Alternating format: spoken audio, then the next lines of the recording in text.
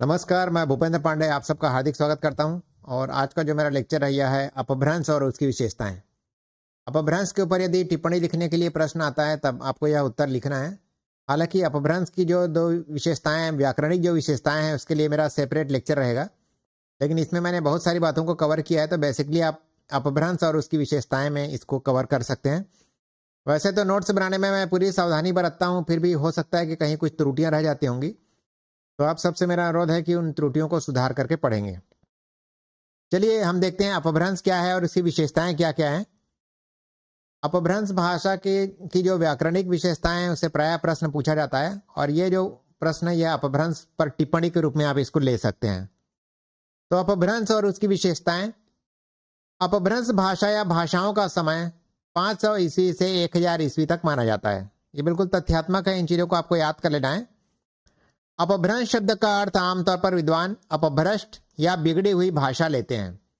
विद्वानों का यह मानना है कि जब जो संस्कृत जो भाषा है, जो विद्वानों की भाषा थी उस समय, जब उसका रूप विकृत हो जाता है, बिगड़ जाता है, तब उसे अपभ्रंश की संज्ञा दी जाती है।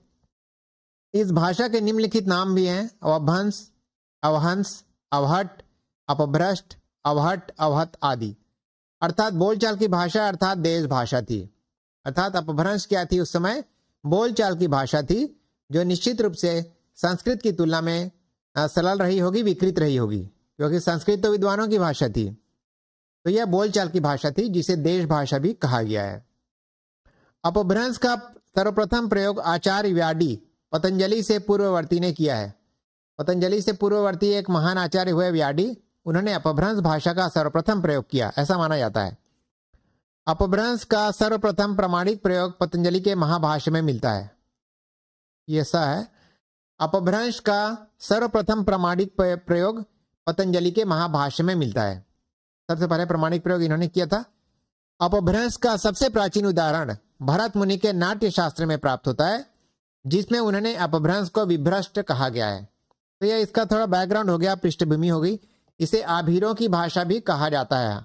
आभीर एक विशेष वर्ग समुदाय था जो बाद में सत्ता प्राप्त करके राजपूत कहलाने लगे थे। अपभ्रंश मध्यकालीन और आधुनिक आर्य भाषाओं के बीच की कड़ी है। मध्यकालीन और आधुनिक आर्य भाषाएं क्या है, इसके लिए आपको मेरा पिछला लेक्चर देखना पड़ेगा। इन दोनों के बीच की कड़ी है। भाषा के अर्थ में इसका प्रयोग 6वीं शताब्दी से होने लगा। भाषा के रूप में अपभ्रंश का प्रयोग कब शुरू हुआ? 6वीं शताब्दी ईस्वी से होने लगा। 14वीं शताब्दी के एक महान कवि हुए हैं विद्यापति। ये लिखते हैं: देसिल बना सबजन मिठा ते तैसन जपो अवहट्ठा। अर्थात देशी भाषा अर्थात बोलचाल की भाषा सबको मीठी लगती है, इससे वैसा ही अपभ्रंश या देशी भाषा का मिला हुआ रूप मैं कहता हूं। तो विद्यापति, जिन्हें मैथिल कोकिल भी कहा जाता है, इन्होंने कहा है कि जो देश भाषा है, देशी भाषा है, मतलब अपभ्रंश का जो मिला जुला रूप है देशी भाषा के साथ, वैसी भाषा का वे प्रयोग करते हैं। अपभ्रंश के साथ देशी भाषा का मिला हुआ रूप का वो प्रयोग करते हैं। विद्यापति ने अपभ्रंश से भिन्न प्रचलित बोलचाल की भाषा को देशी भाषा कहा है। हालांकि उन्होंने दोनों को मिलाकर उपयोग किया है, लेकिन अपभ्रंश से जो भिन्न जो बोलचाल की भाषा है उसे उन्होंने देशी भाषा कहा है। हालांकि उन्होंने दोनों को मिलाकर काव्य रचना की है। यह लिखा है आचार्य रामचंद्र शुक्ल ने। यह शुल्क लिखा गया है, ये शुक्ल है, आचार्य रामचंद्र शुक्ल का हिंदी साहित्य। टाइपिंग एरर हो जाता है बीच बीच में, थोड़ा ध्यान रखिएगा। हिंदी साहित्य का इतिहास। अब अपभ्रंश साहित्य में कौन कौन से साहित्य शामिल किए जाते हैं? अपभ्रंश का साहित्य विभिन्न प्रकार का है, विविध प्रकार का है। इसकी प्रमुख धाराएं मैंने यहाँ पर संक्षेप में आपको बता दिया है, ताकि यदि अपभ्रंश पर टिप्पणी लिखने के लिए आता है तब इनको आपको शामिल करना पड़ेगा। पुराण साहित्य में क्या क्या शामिल है? अपभ्रंश में प्रमुख रूप से जैनियों के पुराण लिखे गए, जैन धर्म के पुराण लिखे गए, और जिनमें प्रमुख हैं पुष्पदंत का महापुराण और शालिभद्र सूरी का बाहुबली रास। यह अपभ्रंश के पुराण साहित्य है, पौराणिक साहित्य है।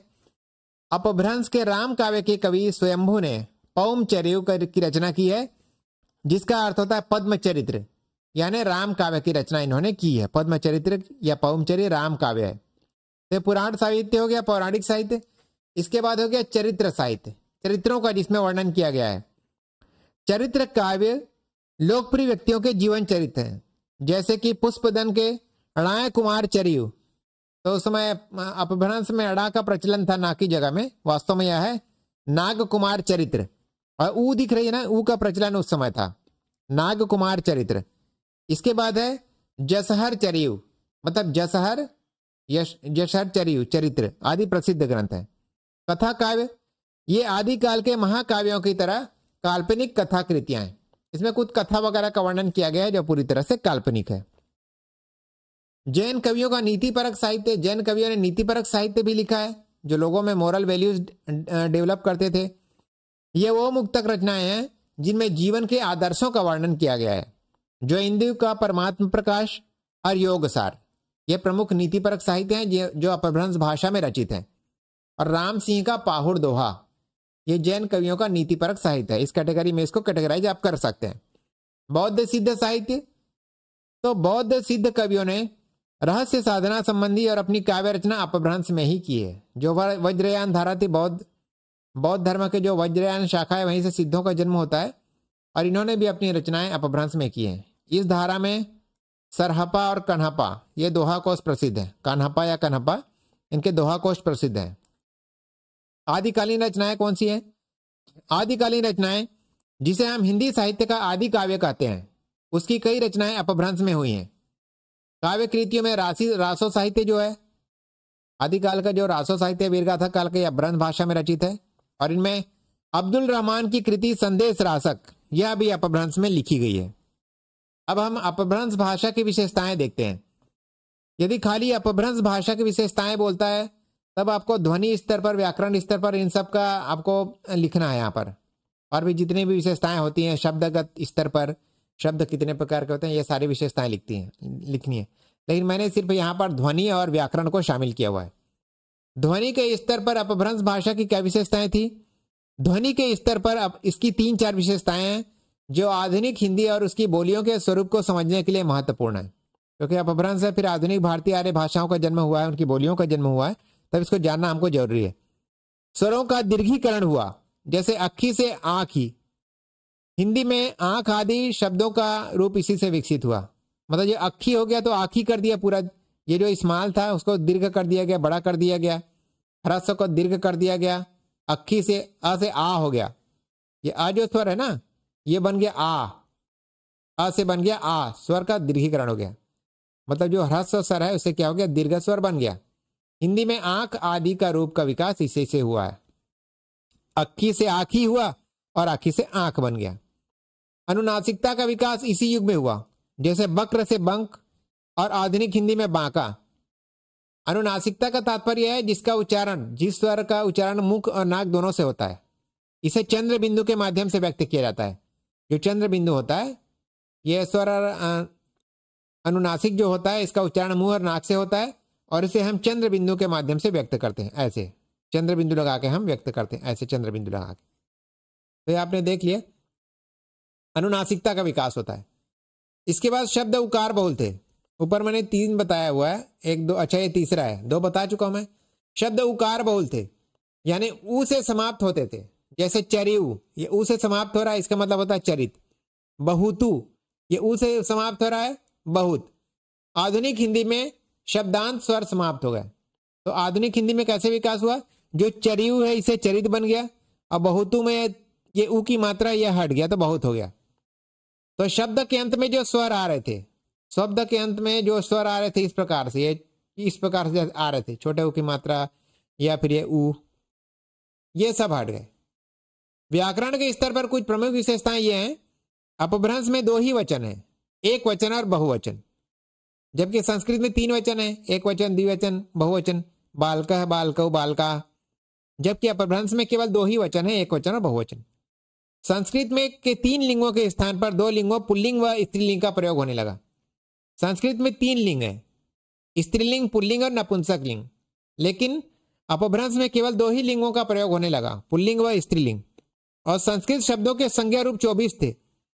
संस्कृत शब्दों के संज्ञा रूप 24 थे, जो पाली भाषा में 14 बन गए, प्राकृत तक आते आते 12 हो गए और अपभ्रंश तक आते आते सिर्फ 6 रह गए। तो कुल 6 संज्ञा शब्द हैं। उदाहरण के पुत्र, पुत्र शब्द लिया जा सकता है, पुत्र से पुत्र बन गया। इसके बाद संज्ञा के कारक रूप कम होने के कारण विभक्ति के अर्थ को प्रकट करने के लिए परसर्ग शब्दों का प्रयोग बढ़ा। जो कारक जो चिन्ह होते हैं इसे परसर्ग कहा जाता है। जैसे कर्ता ने, कर्म को, करण से के द्वारा, तो क्या है, संज्ञा के कारक रूप कम हो गए, तो परसर्ग वाले शब्दों का मतलब प्रयोग बढ़ गया। जैसे राम ने, तो ने राम ने खाना खाया, है ना, राहुल की किताब, इस टाइप से। तो इस टाइप के जो परसर्ग शब्दों का प्रयोग बढ़ा। भाषा के अयोगात्मक आ है ये, भाषा के अयोगात्मक हो जाने से वाक्य में पदों का क्रम निश्चित हो गया। कुल मिलाकर अपभ्रंश की प्रवृत्ति आर्य भाषाओं की ओर बढ़ रही थी।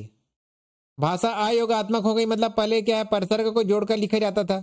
जैसे राहुल ने ऐसे लिखते तो राहुल ने एक साथ लिखा हुआ था। अभी भी आप गीता प्रेस गोरखपुर की किताबों में पढ़ते होंगे। तो बाद में भाषा अयोगात्मक हो गई थी, तो धीरे धीरे अपभ्रंश की प्रवृत्ति क्या हो गई, आर्य भाषाओं की ओर बढ़ रही थी। अयोगात्मक मतलब समझ लें वियोगात्मक, जैसे राहुल ने, ये क्या योगात्मक भाषा है, राहुल ने, ये योगात्मक है, लेकिन बाद में ने अलग हो गया। अपभ्रंश में संयुक्त क्रियाओं का प्रयोग व्यापक रूप से होने लगा। जैसे जाऊं गऊ, भागा एंतु, रडंतु जाई, ज कही न सकऊ, तो ये है ना, ज कही न सकऊ। तो इस प्रकार आप ध्यान देंगे कि जो ये दो जो यहां पर वो आ रहा है, इसको मैं सुधार देता हूं।